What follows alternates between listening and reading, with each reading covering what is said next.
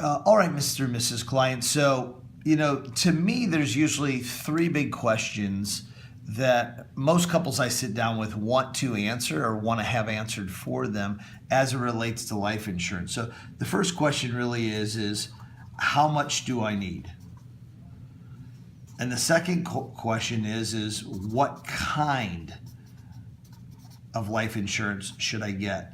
And then the third question, of course, it's on everybody's mind, is am I getting a fair cost?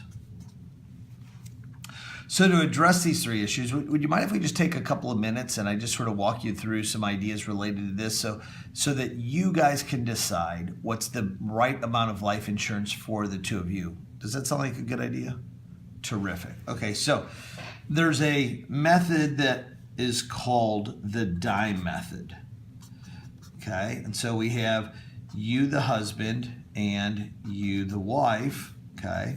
First off, it's important to understand that there's nothing that could replace you as a man, as a husband, as a father. No amount of money could do that. The purpose of life insurance is not to replace you as a man or as a husband or a father. The purpose of life insurance is one of the key hats, one of the roles that you play is that you provide income for your family.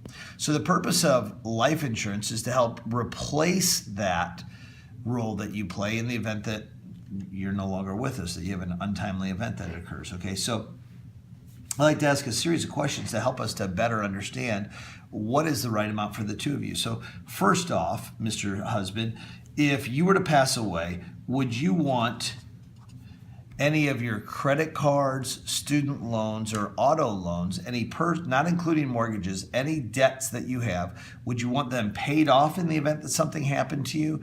Or would it be okay for your wife, the missus, to just keep on paying those bills? Okay, great. So you'd want those paid off. So that's a yes.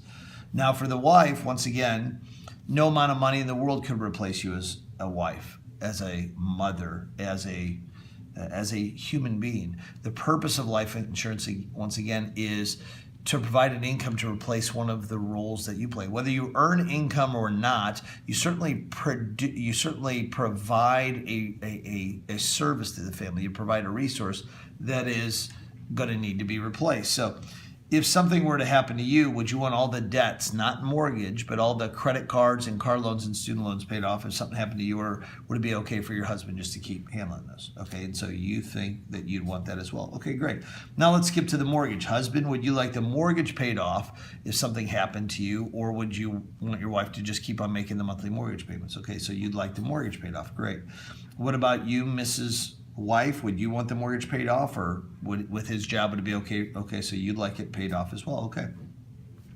Now what about the kids' college education? God forbid something happened to you.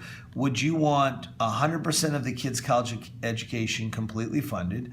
Would you want 50% of it funded? Would you want 2 years of junior college and 2 years of a state university? It's not a matter of right or wrong. What's your preference? Okay, so you would like 50% of the kids' college paid for?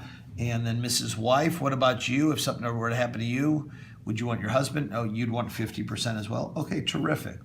Now, just out of curiosity, I know we can't always predict these things 100%, but is there a certain type of school you guys would like to see the kids go to? Is there an alma mater, a school that either one of you are an alumni of? Is there a state school that you guys like, or some other school?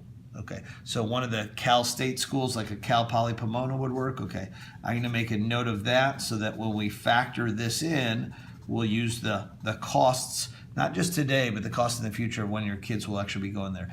Is it fair to assume that you want half of the education costs covered for each one of your 3 children? Okay, good. So for all 3 of them. Excellent.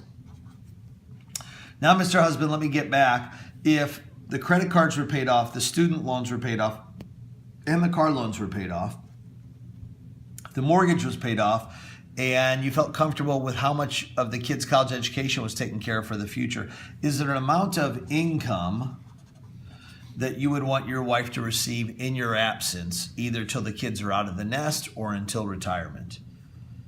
$1,500, $2,500, $3,000, $4,000, $5,000 a month. In addition to these expenses paying off, obviously there's other bills that go on a monthly basis. Okay, so what you're suggesting is you would like an additional $3,500 a month to go to your wife in the event that something happened to you, in addition to having the debts paid off, the mortgage, and the kids' college education. Excellent. And if something happened to you, miss, is there an amount you think he would be fine? Okay, so he would be fine. He wouldn't need any additional income if these bills were taken care of. Excellent. I appreciate that. What I'm going to do now is I'll take this back to the office, and using your numbers, what I can help you to determine is the right amount of life insurance for the two of you to have to protect the things that are most important to you. Does that make sense? Terrific.